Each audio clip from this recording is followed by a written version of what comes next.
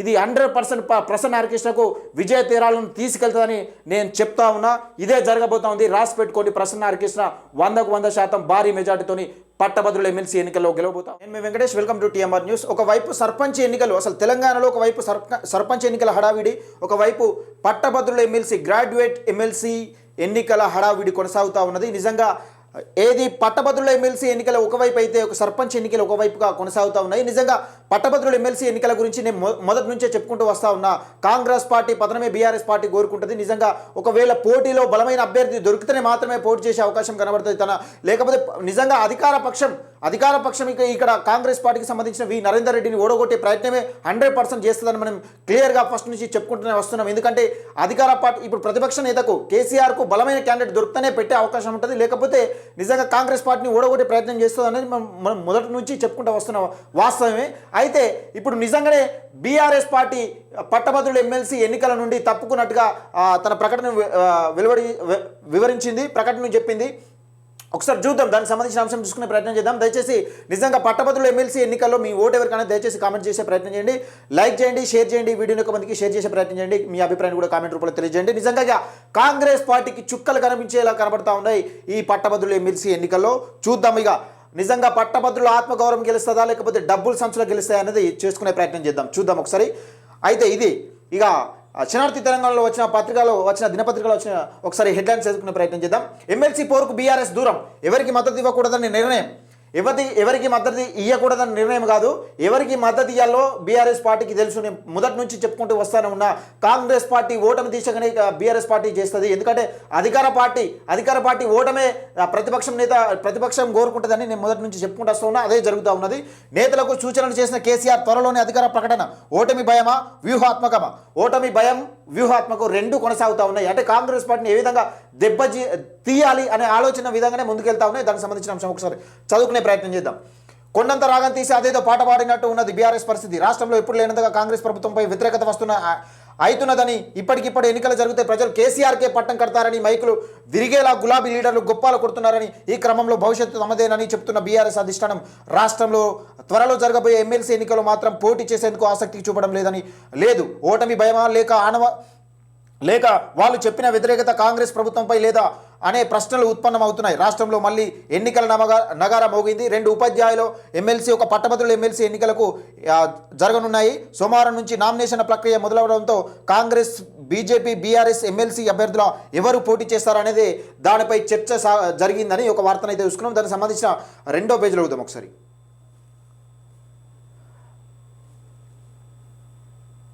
MLC పోరుకు దూరం. అయితే బీఆర్ఎస్ ఆ ఎన్నికల బరిలో ఉండకూడదనే నిర్ణయం తీసుకున్నట్టుగా తెలుస్తుంది. అంతేకాకుండా ఎవరికి మద్దతు కూడా ఇవ్వకూడదని నిర్ణయించినట్టు సమాచారం. ఇటీవల జరిగిన ఓ సమావేశంలో కేటీఆర్, హరీష్ రావు, ఇతర ముఖ్య నేతలకు కేసీఆర్ సంకేతాలు ఇచ్చినట్టు సమాచారం. ఎమ్మెల్సీ బరిలో నిలిచేందుకు కొంతమంది ప్రయత్నాలు చేసిన కేసీఆర్ వద్దని వారించినట్టు తెలుస్తోంది. ఎమ్మెల్సీ ఎన్నికలకు వదిలేసి స్థానిక సంస్థల ఎన్నికలపై ఫోకస్ చేయాలని నేతలకు సూచించినట్టు సమాచారం. క్యాడర్కు సైతం మెసేజ్ పంపాలని నాయకులను ఆదేశించినట్టు ప్రచారం జరుగుతున్నది. ఎమ్మెల్సీ ఎన్నికల పోటీపై త్వరలోనే అధికార ప్రకటన వెలువడే అవకాశం ఉన్నదని ఇటీవల కాంగ్రెస్ సోషల్ మీడియా పెట్టిన పోల్లో కేసీఆర్ పాలనకే జనాలకు జై కొట్టారు. సోషల్ మీడియా, గులాబీ మీడియాలో ప్రధాన వార్తలు అయ్యింది. ఈ నేపథ్యంలో కాంగ్రెస్ పని అయిపోయిందని వాళ్ళ సర్వేలో తేలిందని బీఆర్ఎస్ నాయకుల ప్రచారాన్ని ఉదరగొట్టారు. ఇదే సమయంలో కేసీఆర్ సైతం స్పందిస్తూ కాంగ్రెస్ పని అయిపోయిందని, భవిష్యత్తును బీఆర్ఎస్ అని చెప్పారు. కేసీఆర్ చెప్పినట్టుగా కాంగ్రెస్ పైన అత్యంత వ్యతిరేకత ఉన్న మాట నిజం. అయితే 3 ఎమ్మెల్సీ స్థానాలకు ఫలితాల్లో వ్యతిరేకత తేలనుంది. ఈ 3 స్థానాలకు ఓట్లు వేసేవారు ప్రజలను ప్రభావితం చేయగల టీచర్లు, పట్టభద్రులే కావడంతో ఎవరి వ్యతిరేకత ఉన్నదని, ప్రజలు ఎవరి పాలన కోరుకుంటున్నారనేది తేలే ఛాన్స్ ఉన్నది. ఇతర ముఖ్యమైన నేతలకు ఎన్నికలకు దూరంగా ఉండాలని బీఆర్ఎస్ నిర్ణయించినట్టు చర్చనీయాంశంగా మారింది. సరే, ఒకవేళ కాంగ్రెస్ పార్టీ పైన నిజంగా ఈ బీఆర్ఎస్ పార్టీ చెప్తున్నట్టు వ్యతిరేకత ఉన్న నేపథ్యంలోగానే ఎమ్మెల్సీ ఎన్నికలకు ఎందుకు పోటీ చేస్తలేదంటే ఇవి ఆషామాషి ఎన్నికలు కాదు, ఒక గ్రాడ్యుయేట్స్ వేసే ఎన్నికలు, ఓట్లు వేసే ఎన్నికలు. ఎందుకంటే ఎన్నికలంటే దీని గ్రాడ్యుయేట్స్ను ప్రభావితం చేసే అవకాశం ఉండదు. నిజంగా నువ్వు ఎన్ని డబ్బుల సంచులు ఖర్చు పెట్టుకున్నా కానీ నేను చెప్తా ఉన్నా, డబ్బుల సంచులే మమ్మల్ని గెలిపిస్తాయి, డబ్బుల సంచులే మమ్మల్ని విజయ తీరాలకు నెట్టుకొస్తాయని ఆశాభావంతో, ధైర్యంతో, గుండె నిండా ధైర్యం పెట్టుకొని ఉన్నా కానీ మీ డబ్బుల సంచులు కరిగినా కానీ మీ ఓటమి చవి చూసే అవకాశం కనబడుతుంది. జాగ్రత్త. ఈ ఎన్నికలు నిజంగా ఆషామాషి ఎన్నికలు కావు, పట్టభద్రులు వేసే ఓట్లు వేసే ఎన్నికలు కాబట్టి మీకు డబ్బును నమ్ముకుంటే ఈ పని కాదు. నిజంగా కేసీఆర్ దగ్గర డబ్బు లేక ఈ ఎమ్మెల్సీ ఎన్నికల నుండి దూరం తప్పుకుంటున్నాడా? నిజంగా కేసీఆర్ దగ్గర డబ్బు లేక తప్పుకుంటున్నాడా? కేసీఆర్ కన్నా డబ్బులు ఎక్కువ మీ దగ్గర ఉన్నాయా? మీరు ఖర్చు పెట్టే అవకాశంగా కనబడతా ఉన్నదా? ఒక్కసారి ఆలోచించుకోండి. ఈ పట్టభద్రులు వేసే ఎన్నికలు కాబట్టి కేసీఆర్ ఆచితూచి ముందడుగు వేస్తున్న నేపథ్యం కనబడతా ఉన్నది. కాంగ్రెస్ పార్టీని ఓడించే దిశగా, ఎందుకంటే ప్రజల్లో వ్యతిరేకత ఉన్నదా అనేది వాస్తవాన్ని కేసీఆర్ కూడా చెప్పిండు ఆ మధ్యలోనే. కానీ నిజంగా ఎందుకు పోటీ చేయలేకపోతుంది అంటే పట్టభద్రులు, ఈ గ్రామీణ ప్రాంతాల ఓటర్లు, వాళ్ళు వీళ్ళు నిజంగా ఎంతో కొంత డబ్బులు ఇస్తే లేకపోతే మద్యం ఏరులై పారితే ఓట్లు మనకు పడతాయనే ఆశాభావం మన కేసీఆర్కు తెలుసు.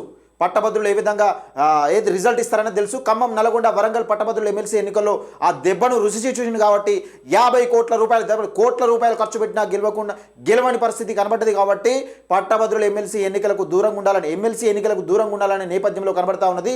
అయితే మనం చెప్పినట్టుగా బీఆర్ఎస్ పార్టీ నిజంగా ఎవరికి సపోర్ట్ చేయబోతున్నది అని చెప్తా ఉన్నాం. బీఆర్ఎస్ పార్టీకి తగిన అభ్యర్థి ప్రసన్న హరికృష్ణను ఎంచుకునే అవకాశంగా కనబడతా ఉన్నది మనం చెప్పినాం.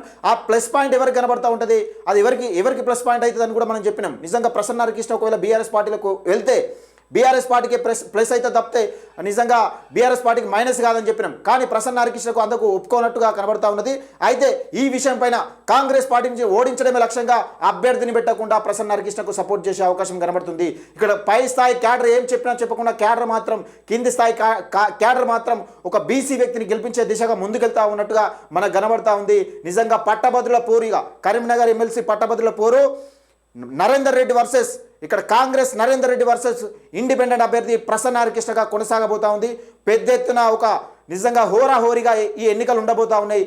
సోషల్ మీడియా మాధ్యమంలో వివిధ యూట్యూబ్ ఛానల్ పోల్లో ప్రసన్న హరికృష్ణకు పెద్ద ఎత్తున ఇక్కడ నిజంగా ఆదరణ పొందుతూ ఉన్నాడు, పెద్ద ఎత్తున మద్దతు దొరుకుతూ ఉన్నది. నిజంగా ఈ ఊపు ఇలాగనే కొనసాగితే దాదాపుగా భారీ మెజార్టీతో ప్రసన్న హరికృష్ణ గెలిచే అవకాశం ఉంటుంది. ఒక బీసీ సామాజిక వర్గానికి సంబంధించిన వ్యక్తి ప్రసన్న హరికృష్ణ భారీ మెజార్టీతో గెలిచే అవకాశం ఉంటుంది. ఎందుకంటే కాంగ్రెస్, బీజేపీ బీఆర్ఎస్ కాంగ్రెస్ ఓటమి కోసమే పనిచేస్తాయని కార్యకర్తలు కూడా ఒక నినాదం సోషల్ మీడియాలో చర్చలుగా జరుగుతూ ఉన్నది. సోషల్ మీడియా ఫేస్బుక్లో కూడా చర్చలు చేస్తూ ఉన్నారు. ఇది 100% ప్రసన్న హరికృష్ణకు విజయ తీరాలను తీసుకెళ్తుందని నేను చెప్తా ఉన్నా. ఇదే జరగబోతా ఉంది. రాసి పెట్టుకోండి. ప్రసన్న హరికృష్ణ 100% భారీ మెజార్టీతోని పట్టభద్రుల ఎమ్మెల్సీ ఎన్నికల్లో గెలవబోతా ఉన్నాడు. మరి మీరేమనుకుంటున్నారని దయచేసి మీ అభిప్రాయాన్ని కూడా కామెంట్ రూపంలో తెలియజేయండి. తప్పకుండా మీ అభిప్రాయాన్ని కామెంట్ రూపంలో తెలియజేసి ఈ వీడియోని ఎక్కువ మందికి షేర్ చేస్తారని నేను అనుకుంటున్నా. ఉంటా మరి.